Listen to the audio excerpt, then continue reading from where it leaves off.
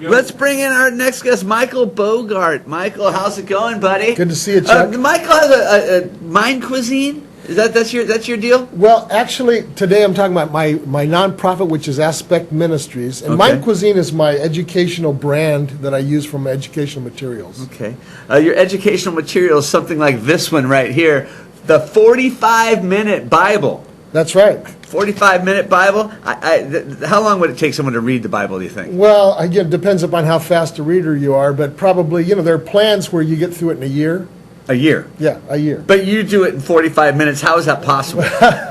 Well, obviously not a lot of detail, but one of the things I found in 40 years of ministry... What do you mean not a lot of detail? You're just glazing over stuff? Well, we're talking about Old Testament, New Testament. We're talking about the sections of the Old Testament, Torah, historical books, poetry, wisdom, and prophets, New Testament, the Gospels, Acts, letters, and Revelation.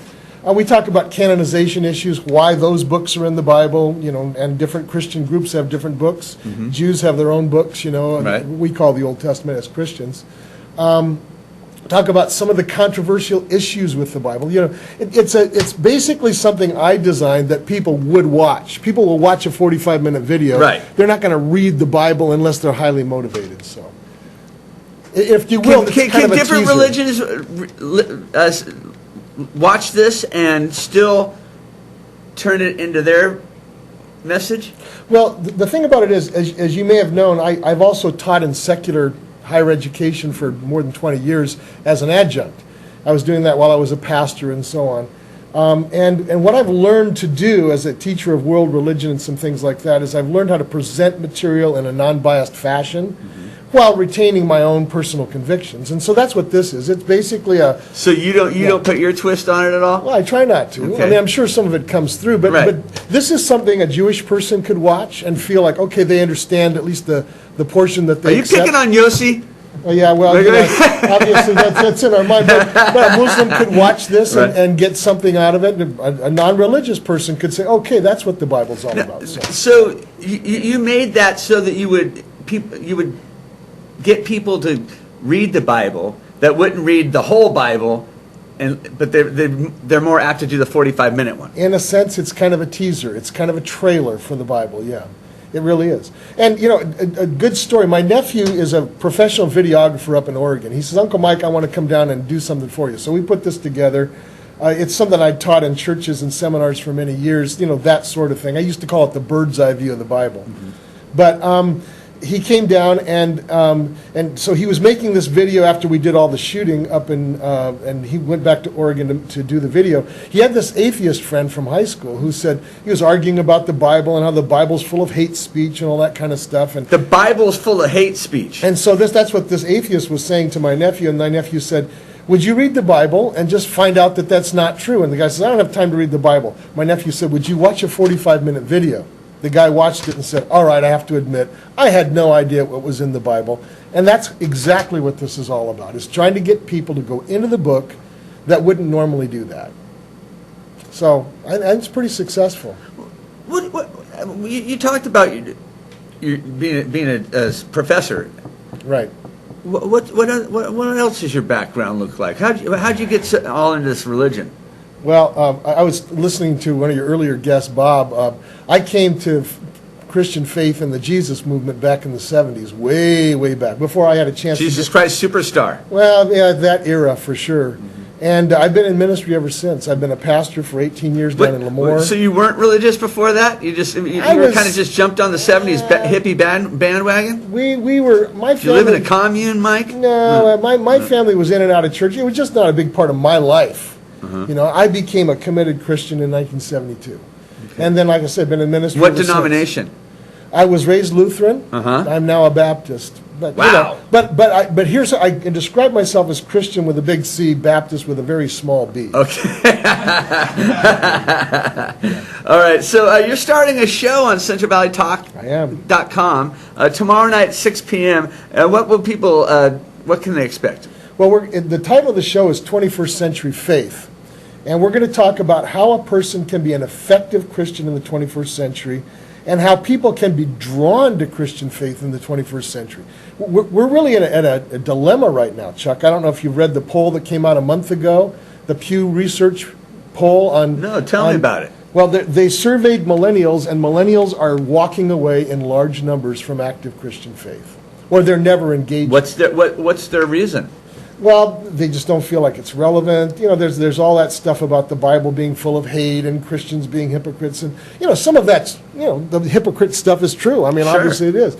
But I think so many of these young people just don't see the relevance, because the churches tend to be still operating ministry and programs for a 20th century mindset. And we've got to rethink some things. Your previous guest mentioned Keller. He's one of the guys that are on the cutting edge of thinking postmodern and how you take, the unchanging message of Christianity and applying it to a postmodern kind of venue. Is it more tough to be a Christian now than it used to be? I think it requires more authenticity now. I think you could get away with being a fake before. Now I don't think you can get away with it at all. You have to be the real deal. Talk about that a little bit. Well, you have to be the real deal. You cannot just say the words and not live the life in the 21st century. You've got to live and speak consistently. With the internet, you got to be careful. Well, yeah. Because someone might find you out. Oh, well, yeah, absolutely. I mean, people can find out all about you today and find out that you're not living what you're saying. I mean, every preacher is now a target. And maybe that's good. Maybe it keeps us honest. Because everyone has an opinion now? Well, everybody thinks they're an authority on religion, because it's a personal thing. Of course people feel that way. That doesn't necessarily mean that they have the facts that they're working with. And again, videos like this kind of help people start with facts, and then they can develop their own ideas. You're talking about an atheist earlier. Yeah. When you're teaching, you get atheists to take your class? Absolutely. Yeah? Oh, yeah. Is that a challenge that you welcome? I do, because in a secular venue, it's a marketplace of ideas. And so you've got to be able to say, okay, everybody's got their ideas. We're going to be discussing facts in this class. And so as a Christian, I tell people the very first day of class, I am a committed Christian. I've got the degree that allows me to teach this class. But here's the ground rules. We're going to be fair. Nobody's got a stupid idea. Nobody's religion is weird. We're going to talk about the facts of these religions, and then you make up your own mind. And don't be calling any names or starting any wars or things like that. No, I mean, I've had Wiccans in my class. Wiccans? Atheists, all kinds of people. We end up being good friends, not necessarily agreeing, but we understand and respect each other, and that's a very rare kind of a thing these days. Have you heard about this thing that's getting real popular called the Death Cafe?